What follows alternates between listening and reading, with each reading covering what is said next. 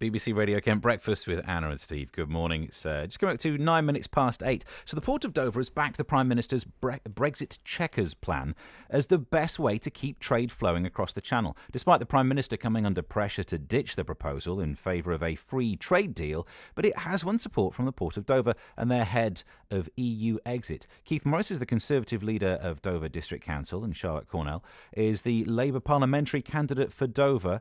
Keith, first of all, what preparations are in them if there is no deal?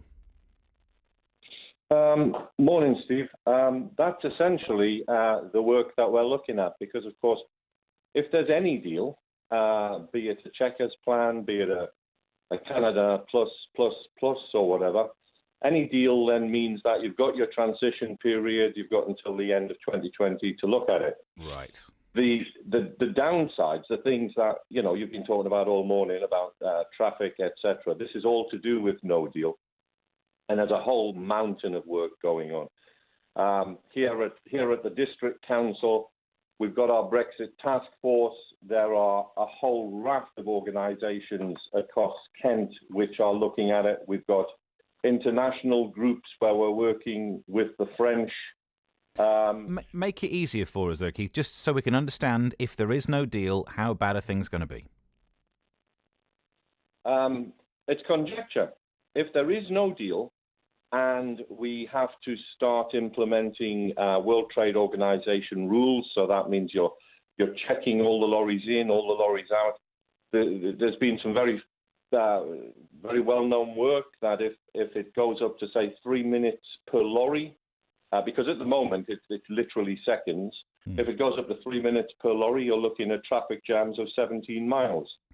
And that's entirely out of the question because that means that Dover would be gridlocked from the morning after Brexit. So what are you doing to make sure, scenario. If there is no deal, what are you going to do to make sure this unacceptable situation doesn't actually happen? Well, that's the work that's going on. So we're working with people like Highways England and Kent Police.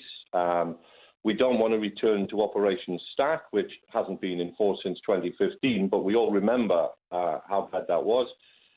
So we've got Operation Brock, which is being worked on at the moment on the M20, where we're hardening the hard shoulder so that we can have 2 lanes coastbound and 2 ways London-bound flowing traffic. You use the other side between junctions 8 and 9 to park, essentially, about 2,000 lorries. That would be part one. Part two is that you close the next part of the M20 and you get another 1,500 lorries. And then it flows through to perhaps using Manston. All right, let's bring in Charlotte on this. Do you think that these preparations are going to be enough? No, absolutely no way. I mean, we have 6 months to go now. And every week a new piece of information suggesting we're not ready. Only last week the Freedom of Information request to Highways England suggests that Operation Brock will take 14 days to implement from the moment it's called. 14 days of queues is 14 days of £1.5 million each day of Kent business lost. It seems to me the government are, squabbling, infighting and chasing their tails on the way to a no Brexit. Keith, what would you come back to that with? Well, that's what we're all saying, that a no Brexit, a no deal, no Brexit, Freudian slip, a no deal is a position that we do not want to find ourselves in. The government are working, the checkers plan, it looks like it... But Charlotte says the government's infighting so much. Instead of focusing on making sure that things happen to make our lives better, they're busy infighting. Well, I would disagree with that. I mean, there's an enormous amount of work.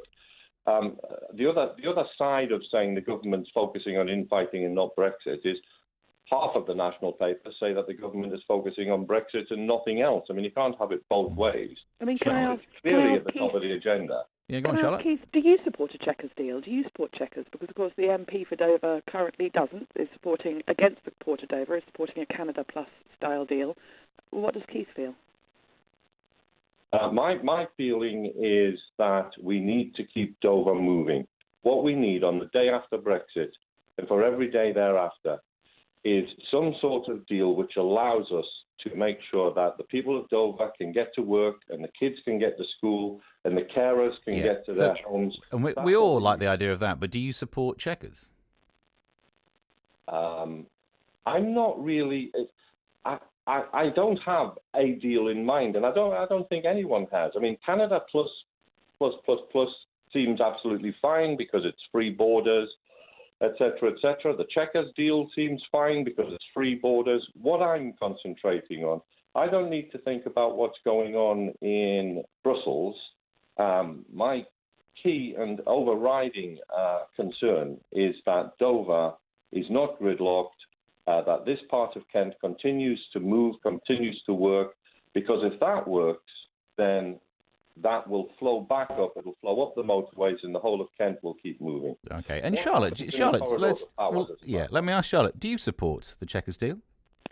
No, Labour doesn't. It doesn't meet our 6 tests on Brexit. The Port of Dover do. The Port of Dover support Chequers. Because it's the closest thing to a customs partnership on the table. I completely understand where the Port of Dover's coming from. And I am a bit disappointed, actually, that the leader of Dover District Council can't be more open supporting the Port of Dover's decision, given what's currently on the table and who's doing the negotiating. I'm pleased that things such as the Brexit task force are in action. I'm pleased that there is being action taken to mitigate possible scenarios. But again, to Keith, how many times has your Brexit task force met? And when are we going to see publications from this task force to help local businesses and local people prepare for a possible no deal? Any date in mind, Keith?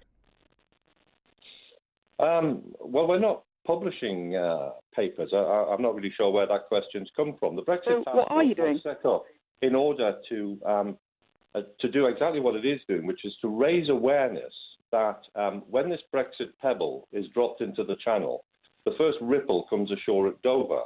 And that's what we wanted to do. We wanted to make sure that everyone did that, everyone knew that, and put it at the top of their agenda. How are you going to raise awareness, Keith, without publishing any information? I think the very simplest answer is we're on the radio today. This here... What are you raising awareness of today, then? Well, the fact that you're talking to me today and the fact that I've given interviews to heaven knows how many national newspapers is that we're making sure that when people think about Brexit, the word Dover pops into their mind. The BBC's local...